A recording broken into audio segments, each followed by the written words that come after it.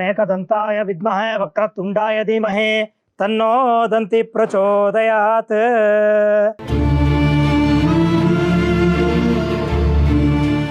ಶ್ರೀನಿವಾಸರಾಯರೇ, ಶಾಸ್ತ್ರಗಳನ್ನ ಶುರು ಮಾಡಬೇಕು, ಮುಖ್ಯವಾಗಿ ಪಿಂಡ ಪ್ರದಾನ ಮಾಡಬೇಕು. ಎಲ್ಲಿ ನಿಮ್ಮ ಅಳಿಯ? ಇನ್ನೊಂದು 10 ನಿಮಿಷ ಅಂತ ಹೇಳಿದ್ರು, ಹೊರಟಿದಾರಂತೆ, ಬಂದ್ಬಿಡ್ತಾರೆ ಶಾಸ್ತ್ರಿಗಳೇ.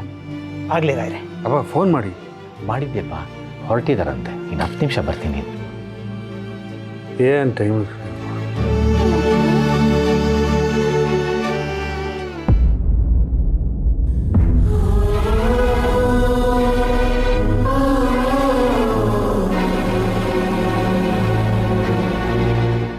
ನಮಸ್ಕಾರ ಹೇಳಿ ಅಂದರೆ ಬನ್ನಿ, ನಿಮಗೆ ಕಾಯ್ತಾ ಇತ್ತು. ಹರೀಶ, ಅಳಿಯಂದ್ರಿಗೆ ಒಂಚೂರು ಸ್ನಾನದ ವ್ಯವಸ್ಥೆ ಮಾಡಪ್ಪ.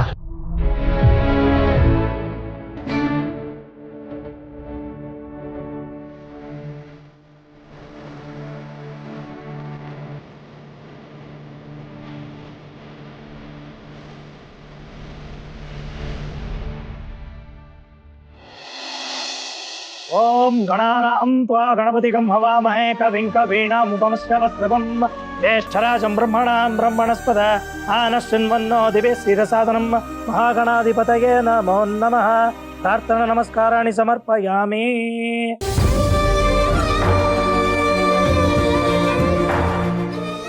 ರೀ, ಜಾನು ಮನೆಗೆ ಬಂದ ತಕ್ಷಣ ಏನ್ ತಿಂಡಿ ಮಾಡಿದ್ಯಮ್ಮ? ನನಗೆ ಚಕ್ಲಿ ಮಾಡ್ಕೊಡು, ರವೆ ಉಂಡೆ ಮಾಡ್ಕೊಡು, ಸಿಹಿ ಮಾಡ್ಕೊಡು ಅಂತ ಕೇಳ್ತಿದ್ಲು. ನಾನೀಗ ಯಾರಿಗೆ ಮಾಡ್ಕೊಡ್ಲಿರಿ?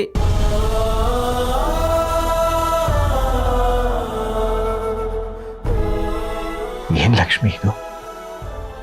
ಪೂಜೆ ಸಮಯದಲ್ಲಿ ನೀನೇ ಹಿಂಗೆ ಮಾಡಿದ್ರೆ ಅಳಿಯಂದ್ರಿಗೆ ಏನು ಅನ್ಸುತ್ತೆ ಹೇಳು? ಸಮಾಧಾನ ಮಾಡ್ಕೊ. ಹೇಗ್ರಿ ಸಮಾಧಾನವಾಗಿರೋದು? ಜಾನು ಇಲ್ಲ ಅಂತ ನನಗೀಗ್ಲೂ ನಂಬೋಕ್ಕಾಗ್ತಿಲ್ಲ. ಹೇಗ್ ಸಮಾಧಾನವಾಗಿರೋದು? ಯಾಕ್ರಿ ನಮ್ಗಿಂತ ಪರೀಕ್ಷೆ? ಪುರೋಹಿತ್ರೆ, ಪೂಜೆ ಮುಂದುವರಿಸಿ. ಓಂ ಅಪೌಪಸ್ಪೃಶ್ಯ. ಕೈ ತೊಳ್ಕೊಳ್ಳಿ.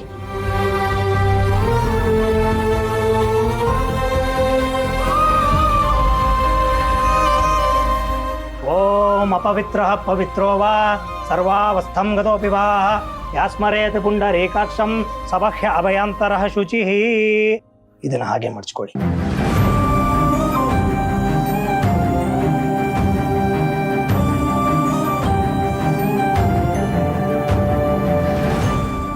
ಈಗ ನಿಮ್ಮ ಕುಲದೇವರನ್ನ, ಗುರು ಹಿರಿಯರನ್ನ ಪ್ರಾರ್ಥನೆ ಮಾಡ್ಕೊಳ್ಳಿ.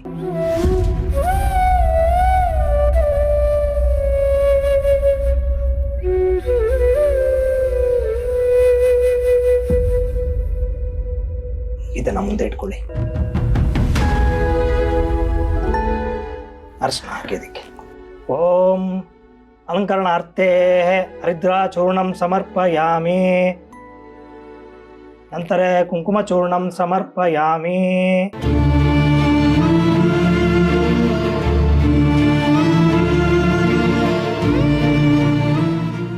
ಕೌಶಿಕಗೋತ್ರೋದ್ಭವಸ್ಯ ಜಾಹ್ನವಿ ನಾಮಧೇಯಸ್ಯ ಧೂಪಂ ಸಮರ್ಪಯಾಮಿ. ಈಗ ಎಳ್ಳು ನೀರು ಬಿಡಬೇಕು ಪಿಂಡದ ಮೇಲೆ.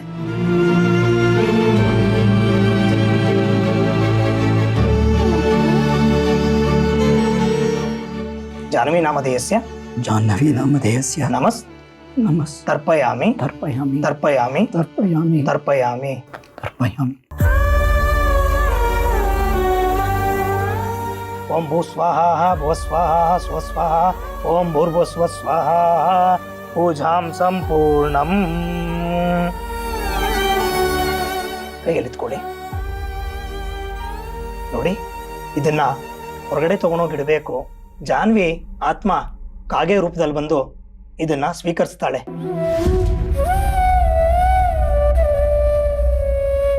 ಅದು ತಿನ್ನೋವರೆಗೂ ನೀವು ಅಲ್ಲೇ ಇದ್ದು ಅದನ್ನ ನೋಡ್ಕೊಂಡು ಬನ್ನಿ.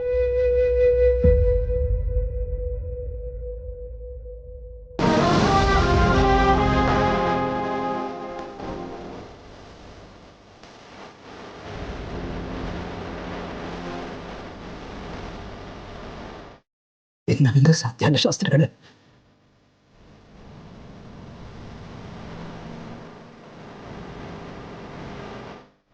ಅಳಿಯಂದ್ರೆ ಅಳಿಯಂದ್ರೆ ನೋಡಿ, ನಿಮ್ಮ ದುಃಖ ಅರ್ಥ ಆಗುತ್ತೆ.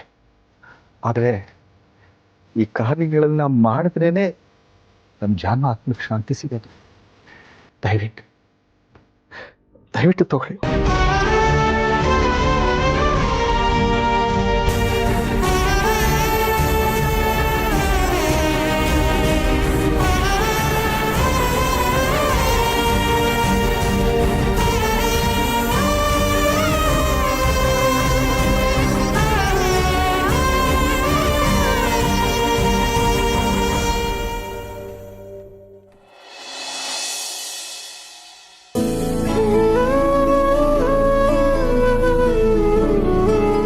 ಶಾಂತ, ಒಂದು ನಿಮಿಷ ನಿಂತ್ಕೊಳೆ. ಯಾಕ್ರಿ? ನೋಡು, ನಮ್ಮ ಮಗಳ ಮದುವೆಗೆ ಏನೇನು ಖರ್ಚಾಗುತ್ತೆ ಅಂತ ಎಲ್ಲ ಬರೆದಿದ್ದೀನಿ. ನೀನು ಸರಿ ನೋಡ್ಬಿಡು. ಅಯ್ಯೋ, ಇಷ್ಟೆಲ್ಲ ದುಡ್ಡು ನಾವು ಹೇಗೆ ಹೊಂದ್ಸಕ್ಕಾಗತ್ತೆ? ಹಾಗಂತ ಸುಮ್ಮನೆ ಕೂತ್ಕೊಳಕ್ಕಾಗತ್ತೆ? ಮಗಳ ಮದುವೆ ಹೇಗೆ ಮಾಡೋದು? ನೋಡು, ಅವರು ಈಗಾಗಲೇ ಬೇಗ ಮದುವೆ ಮಾಡ್ಕೊಡಿ ಅಂತ ಅರ್ಜೆಂಟ್ ಮಾಡ್ತಾ ಇದ್ದಾರೆ. ಒಳ್ಳೆ ಸಂಬಂಧ ಬೇರೆ. ಈ ಸಂಬಂಧ ಬಿಟ್ರೆ ಮತ್ತೆ ಇಂಥ ಸಂಬಂಧ ಸಿಗಲ್ಲ. ಅದು ಅಲ್ಲದೆ ಇರೋಳು ಮಗಳ ಮದುವೆನ ಅವಳಿಗಿಷ್ಟ ಆಗೋ ಹಾಗೆ ನಾವು ಚೆನ್ನಾಗಿ ಮಾಡ್ಕೊಡ್ಬೇಕಲ್ವೇನೆ? ನೀವ್ ಹೇಳೋದೇನೋ ಸರಿ, ಆದ್ರೆ ಇಷ್ಟೆಲ್ಲ ದುಡ್ಡು ನಮ್ಮ ಹತ್ರ ಎಲ್ಲಿದೆ? ನಾವು ಹೇಗೆ ಹೊಂದ್ಸೋದು? ನಮ್ಗೆ ಯಾರು ಸಾಲ ಕೊಡ್ತಾರೆ? ಹೌದು, ನಾನು ಅದನ್ನೇ ಯೋಚನೆ ಮಾಡ್ತಾ ಇದ್ದೀನಿ.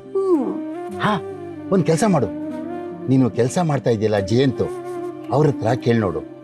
ಅವ್ರ ಕಷ್ಟ ಕಾಲದಲ್ಲಿ ನೀನು ಹೋಗಿ ಅವ್ರಿಗೆ ಸಹಾಯ ಮಾಡಿದ್ಯಾ?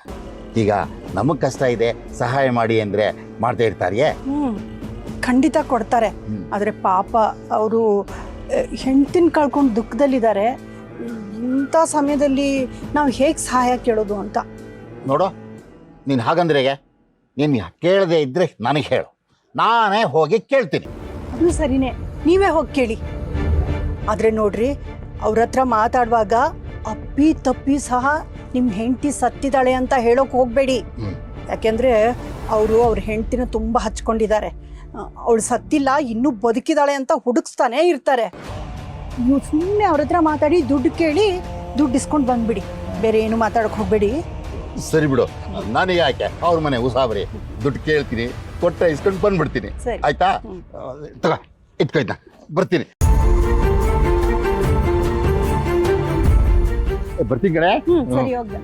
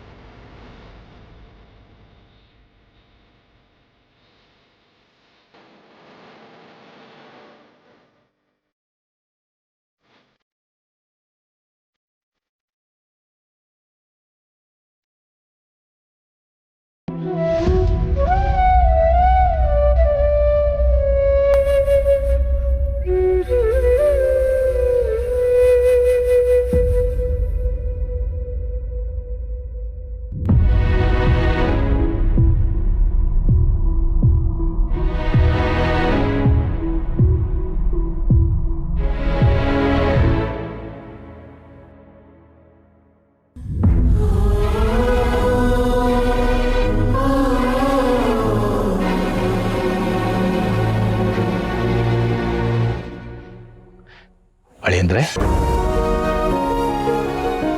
ಇನ್ನು ಇಲ್ಲೇನ್ ಮಾಡ್ತಾ ಇದ್ದೀರಾ? ಒಳಕ್ ಬನ್ನಿ. ಅಲ್ಲ ಮಾವ, ಜಾನ್ವಿಯವರು ಬಂದು ಇದನ್ನು ತಿಂತಾರೆ ಅಂತ ಶಾಸ್ತ್ರಿಗಳು ಹೇಳಿದ್ರಲ್ಲ. ನೋಡಿ, ಅವ್ರು ಕಾಗೆ ರೂಪದಲ್ಲಿ ಬರ್ತಾರೆ ಅಂತ ನನಗೆ ಯಾವ ನಂಬಿಕೆನೂ ಇಲ್ಲ. ಚಿನ್ನಮರಿ ನನ್ನ ಪ್ರೀತಿಯ ದೇವತೆ ಅಲ್ವಾ? ದೇವತೆ ರೂಪದಲ್ಲೇ ಬರ್ತಾರೆ ಅಂತ ನಾನು ಕಾಯ್ತಾ ಇದ್ದೀನಿ ಮಾವ. ಇನ್ನೇನು ಬಂದ್ಬಿಡ್ತಾರೇನೋ ಅಲ್ವಾ? ನೋಡಿ, ನಿಮ್ಮ ಪರಿಸ್ಥಿತಿ ನನಗೆ ಅರ್ಥ ಆಗುತ್ತೆ. ಕಾಗೇನು ಭಗವಂತನ ವಾಹನ ಅಲ್ವಾ? ಅವಳಿಗೆ ನಮ್ಮ ಮೇಲೆ ಪ್ರೀತಿ ಇದ್ದರೆ ಅವಳು ಒಂದಲ್ಲ ಒಂದು ರೂಪದಲ್ಲಿ ಬಂದು ತಿಂತಾಳೆ. ಆಮೇಲೆ ನಾವು ಹೀಗೆ ಇಲ್ಲೇ ಇದ್ದರೆ ಯಾವ ಕಾಯಿಗಳು ಬರಲ್ಲ. ಬನ್ನಿ, ನಾನು ಪುರೋಹಿತರ ಜೊತೆ ಮಾತಾಡಿದ್ದೀನಿ. ಕಾಗೆ ಬಂದು ತಿನ್ನಲಿಲ್ಲ ಅಂದರೆ ಸಂಜೆ ಆದಮೇಲೆ ಹಸುಗೆ ಇದನ್ನು ಕೊಡ್ಬೋದು ಅಂತ ಹೇಳಿದ್ದಾರೆ. ಅದನ್ನು ನಾನು ನೋಡ್ಕೊಳ್ತೀನಿ. ನೀವು ಒಳಗೆ ಬನ್ನಿ.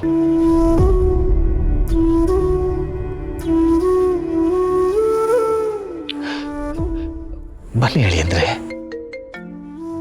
ಮಾವ, ಒಂದು ನಿಮಿಷ ಈ ಫೋನ್ ಮುಗಿಸ್ಬರ್ತೀನಿ. ಸರಿ, ಫೋನ್ ಮುಗಿಸ್ಕೊಂಡು ಒಳಗೆ ಬನ್ನಿ.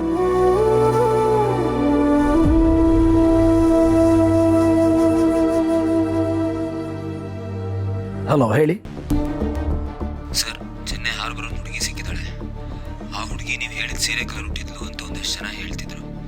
ನನಗೇನು ಅವ್ರು ನಿಮ್ಮ ಹೆಂಡ್ತಿನೇ ಇರ್ಬೋದು ಅಂತ ಅನುಮಾನ ಬರ್ತಾ ಇದೆ. ಈಗ ಅವ್ರು ಎಲ್ಲಿದ್ದಾರೆ ಅಂತ ಏನಾದರೂ ಗೊತ್ತಾಯ್ತಾ? ಇಲ್ಲ ಸರ್, ಅವ್ರು ಸಿಕ್ಕಿದಾಗ ಪ್ರಜ್ಞೆ ಇರಲಿಲ್ವಂತೆ. ಅವ್ರಿಗೆಲ್ಲ ಡಾಕ್ಟ್ರನ್ನ ಕರೆಸಿ ಟ್ರೀಟ್ಮೆಂಟ್ ಕೊಡಿಸಿದ್ದಾರೆ. ಪೊಲೀಸರಿಗೆ ಇನ್ಫಾರ್ಮ್ ಮಾಡಿ ಅವ್ರು ಬರೋ ಸಮಯಕ್ಕೆ ಅವರೆಲ್ಲೋ ಹೋಗ್ಬಿಟ್ಟಿದ್ರಂತೆ. ಅಲ್ರಿ, ನೀವು ಇಷ್ಟೆಲ್ಲ ಮಾಹಿತಿ ಸಂಗ್ರಹ ಮಾಡಿದ್ದೀರಾ. ನಾನು ನಿಮಗೆ ಫೋಟೋಸ್ ಕಳಿಸ್ಕೊಟ್ಟಿದ್ದಲ್ಲ ನಾನು ಹೆಂಡ್ತಿದ್ದು, ಅದನ್ನು ಅವ್ರಿಗೆ ತೋರಿಸೋದಲ್ವಾ? ಫೋಟೋ ತೋರಿಸಿದ್ವಿ ಸರ್, ಆದರೆ ಅವ್ರ ಬಾಡಿ ಸಿಕ್ಕಿದಾಗ ಗಾಬರಿಯಲ್ಲಿ ಸರಿಯಾಗಿ ಮುಖ ನೋಡಲಿಲ್ಲ ಅಂತ ಹೇಳ್ತಿದ್ರು. ಅವ್ರು ಹೇಳಿದ ಹೈಟು ವೆಯ್ಟು ಕೇಳ್ತಿದ್ರೆ ಖಂಡಿತವಾಗ್ಲೂ ನಿಮ್ಮ ವೈಫ್ ಅನಿಸ್ತಿದೆ ಸರ್. ಇದರಿಂದ ನಿಮ್ಮ ವೈಫ್ ಸತ್ತಿಲ್ಲ ಅನ್ನೋದು ಗೊತ್ತಾಗ್ತಾ ಇದೆ. ನೋಡಿ, ದಿಸ್ ಇಸ್ ಗ್ರೇಟ್ ನ್ಯೂಸ್. ಆದಷ್ಟು ಬೇಗ ನೀವು ಬೇರೆ ನ್ಯೂಸ್ ಎಲ್ಲ ಕನ್ಫರ್ಮ್ ಮಾಡಿ ನನಗೆ ಫೋನ್ ಮಾಡಬೇಕು. ಓಕೆ ಓಕೆ, ಕಾಲ್ ಮಿ ಸೂನ್. ಚಿನ್ನು ಮರಿ, ಇಷ್ಟು ದಿವಸ ಬರೀ ನನ್ನ ಮನಸ್ಸು ಹೇಳ್ತಾ ಇತ್ತು ನೀವು ಬದುಕಿದ್ದೀರಾ ಅಂತ. ಈಗ ಇಡೀ ಜಗತ್ತು ಹೇಳುತ್ತೆ. ನೀವು ಆದಷ್ಟು ಬೇಗ ಬರ್ತೀರಾ ಅಲ್ವಾ? ಬಂದೇ ಬರ್ತೀರಾ.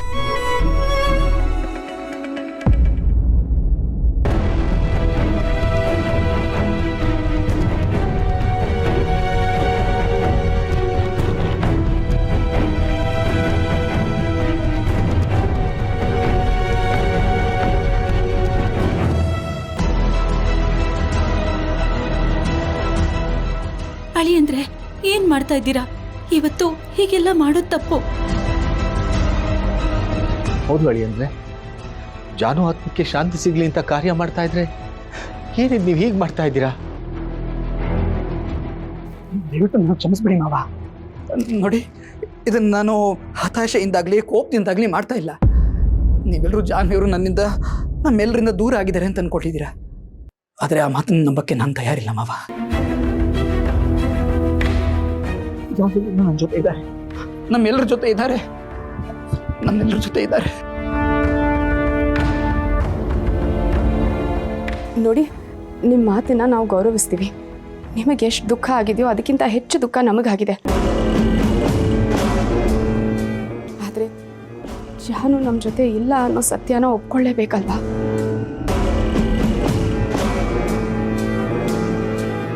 ನೋಡಿ ಭಾವನವರೇ, ಆ ಮಾತನ್ನೇ ಒಪ್ಕೊಳ್ಳೋಕೆ ನಾನು ತಯಾರಿಲ್ಲ ಅಂತ ನಿಮ್ಗೆ ಹೇಳ್ತಾ ಇರೋದು. ಒಬ್ಬರು ಜೀವತ್ವಾಗಿದ್ದಾಗ ಅವ್ರ ಜೊತೆ ಹೇಗೆ ವರ್ತಿಸ್ತೀವಿ ಅನ್ನೋದು ಮುಖ್ಯ ಆಗುತ್ತೆ, ಒಪ್ಕೋತೀನಿ. ಆದರೆ ಒಬ್ಬರು ಸತ್ತ ಮೇಲೆ ಅಂತ ನೀವು ಅಂದ್ಕೊಂಡು ಈಗ ಅವ್ರು ಇಷ್ಟ ಆಗಿರೋದನ್ನೆಲ್ಲ ಮಾಡಿಡೋದು, ಅದರಿಂದ ಅವ್ರ ಆತ್ಮಕ್ಕೆ ಸಂತೋಷ ಆಗುತ್ತೆ ಅನ್ನೋದು, ಇದು ಯಾವುದ್ರ ಮೇಲೆ ನನಗೆ ನಂಬಿಕೆ ಇಲ್ಲ. ಇದು ಒಬ್ಬರ ನಂಬಿಕೆ ಪ್ರಶ್ನೆ ಅಲ್ಲ ಜಯಂತ್ ಅವರೇ. ನಮ್ಮ ಹಿರಿಯರು ಹಿಂದಿನಿಂದಲೂ ಮಾಡ್ಕೊಂಡ್ಬಂದಿರೋ ಶಾಸ್ತ್ರ ಸಂಪ್ರದಾಯ, ಅದನ್ನ ನಾವು ತಪ್ಪು ಅನ್ನೋಕ್ಕಾಗತ್ತಾ? ಶಾಸ್ತ್ರಿಗಳೇ, ನಿಮ್ಮ ಶಾಸ್ತ್ರ ತಪ್ಪು ಅಂತ ನಾನು ಹೇಳ್ತಾ ಇಲ್ಲ. ಆದರೆ ನನ್ನ ಜಾನಿಯವರು ಸತ್ತಿಲ್ಲ ಅಂತ ಹೇಳ್ತಾ ಇದ್ದೀನಿ. ನನ್ನ ಮನಸ್ಸು ಕೂಗಿ ಕೂಗಿ ನನಗೆ ಹೇಳ್ತಾ ಇದೆ ನನ್ನ ಜಾನಿಯವರು ಬದುಕಿದ್ದಾರೆ ಅಂತ. ಹಾಗಿದ್ಮೇಲೆ ಇದನ್ನು ನಾನು ಹೇಗೆ ನಂಬಲಿ? ನಮಗೆಲ್ಲ ಇಷ್ಟೊಂದು ಸುಖ ಕೊಟ್ಟವರು ಈ ಥರ ದುಃಖ ಕೊಟ್ಟು ಹೋಗಕ್ಕೆ ಸಾಧ್ಯನಾ? ಇಲ್ಲ. ನೋಡಿ, ನನ್ನ ಚಿನ್ನು ಮರಿ ಬಂದೇ ಬರ್ತಾರೆ. ದಯವಿಟ್ಟು ನೀವು ಎಲ್ಲ ಇದನ್ನು ನಂಬಬೇಕು. ಅವರು ಸತ್ತಿಲ್ಲ, ಚಿನ್ನು ಮರಿ ಸತ್ತಿಲ್ಲ.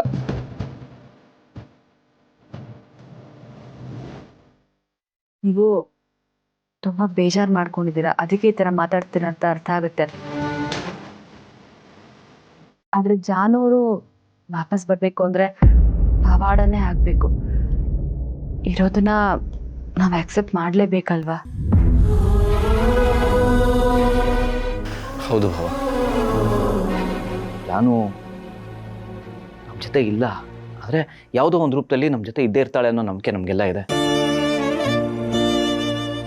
ಆದರೂ ಶಾಸ್ತ್ರಗಳ ಪ್ರಕಾರ ಏನು ಮಾಡಬೇಕು ಮಾಡಲೇಬೇಕಲ್ವಾ ಭಾವ? ಪ್ಲೀಸ್. ನೋಡಿ, ಈ ಶಾಸ್ತ್ರಗಳೆಲ್ಲ ಪ್ರತ್ಯೇಕವಾಗಿ ತಪ್ಪು ಅಂತ ನಾನು ಹೇಳ್ತಾ ಇಲ್ಲ. ಆದರೆ ಜಾನಿಯವ್ರನ್ನ ಕಲ್ಪಿಸ್ಕೊಂಡ್ರೆ ತಲೆ ತುಂಬ ಹೂವು ಮುಡ್ಕೊಂಡು, ಹಣೆ ತುಂಬ ಕುಂಕುಮ ಹಚ್ಕೊಂಡು, ಕೈ ತುಂಬ ಬಳೆ ಹಾಕ್ಕೊಂಡು ನನ್ನ ಕಣ್ಣು ಮುಂದೆನೇ ಇನ್ನೂ ಓಡಾಡ್ತಿದ್ದಾರೆ ಅಂತ ನನಗೆ ಕಾಣಿಸ್ತಾ ಇದೆ. ಆಗಿದ ಮೇಲೆ ಅವರಿಲ್ಲ ಅಂತ ನಾನು ಹೇಗೆ ನಂಬಲಿ, ಹೇಗೆ ನಂಬಲಿ?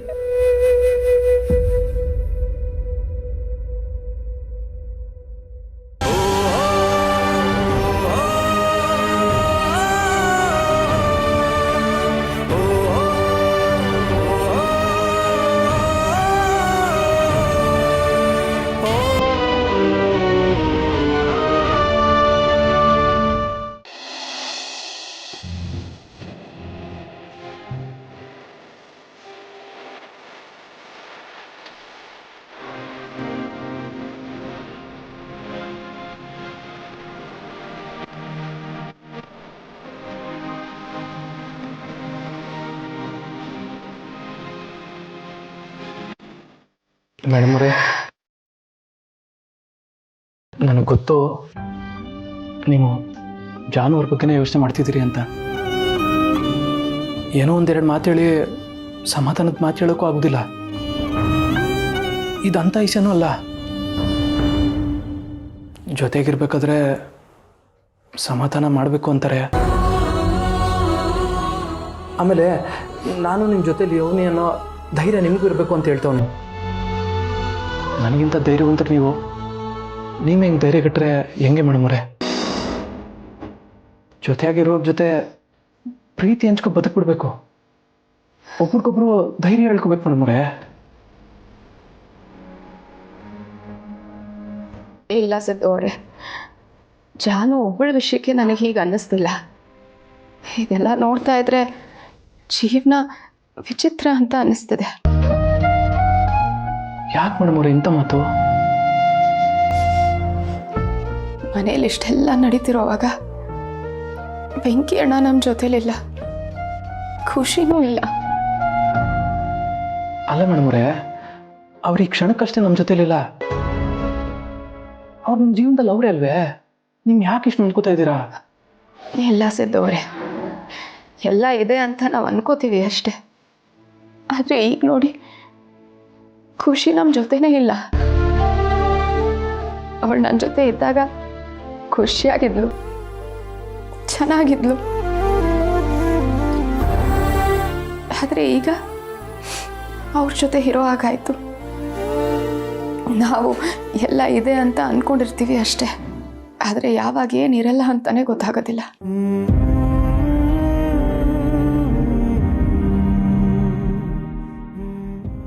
ಯಾಕೆ ಮೇಡಮ್ ಅವ್ರು ಇಷ್ಟು ಬೇಜಾರಲ್ಲಿ ಮಾತಾಡ್ತೀರಾ? ಅಲ್ಲ, ಖುಷಿಯಲ್ಲಿ ಚೆನ್ನಾಗಿ ಅವಳೆ ಅಂತಲೇ ಅಲ್ವೇ ನಾವು ಚೆನ್ನಾಗಿರೋದು. ನಾವು ಅವಳನ್ನ ಶಾಶ್ವತವಾಗಿ ದೂರ ಮಾಡ್ಕೊಳ್ಳಿಲ್ಲ ಅಲ್ವಾ? ಹಂಗೆ ಮಾಡೋದು ಇಲ್ಲ. ಹೌದು ಸಿದ್ದವ್ರೆ, ಆದರೂ ಆಗಾಗ ಖುಷಿ ನನಗೆ ತುಂಬ ನೆನಪಾಗ್ತಾಳೆ.